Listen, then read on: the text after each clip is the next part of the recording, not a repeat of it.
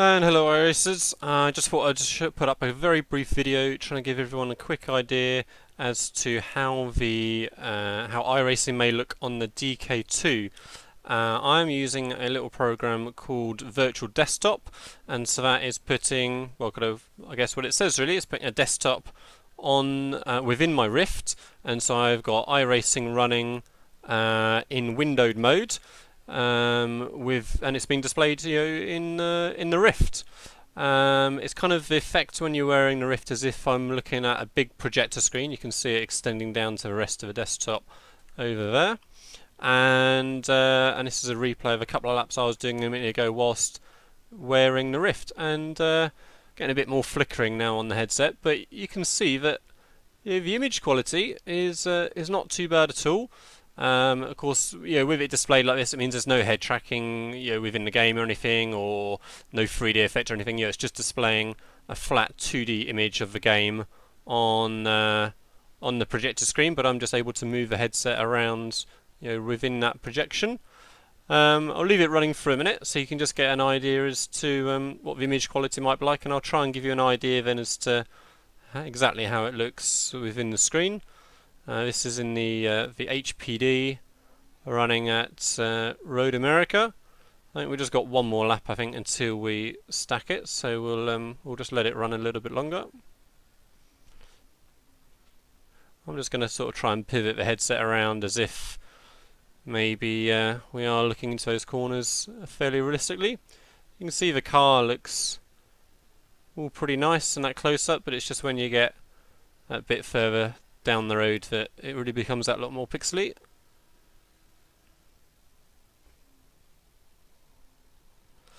And so so that's just a couple of laps just to give you an idea as to what they may look like. Let's just pause the replay for a sec. Oh, in fact, there you go, sort itself out anyway. So my last little lens clip I showed was with iRacing displaying in what it thought was a DK1 mode, so it didn't really look right, but this is the Rift capturing it from the desktop, if you like, so it gives us a much more representative idea maybe. I said no 3D, no head tracking. Right, what I want to quickly do is find a screenshot of me driving a second ago and try and give you guys an idea as to what I was actually kind of seeing when we were driving around, try and give you an idea as to what sort of detail I can see. The camera doesn't quite necessarily represent it. Okay, so I've just paused. I've paused that lap of me in the HPD there. We have paused it at I think it's called turn 5. I seem to remember, which is quite bizarre considering it doesn't feel like we've gone through that many corners before. But anyway, turn 5, just about to hit the brakes, or we just have hit the brakes, going into this sharp left-hander that we can see. I just want to try and give you an idea of what I can see. When I turn my head, there's a bit of juddering just with it running through Virtual Desktop, so if I keep my head straight, I'm looking at the dash in front that you can see hopefully displayed, and in terms of how much detail I can see, well, I can obviously see my gear indicator nice and clearly. I can see my revs as well, 9629, I'm quite happy with that.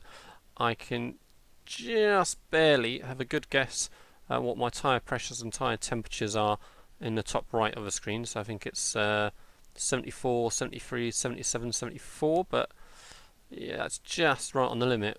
If we look at the very bottom of the screen, so if we look at, I don't even know what they are, I have to look at the actual rendering of it. It's I think it's laps of fuel, isn't it? And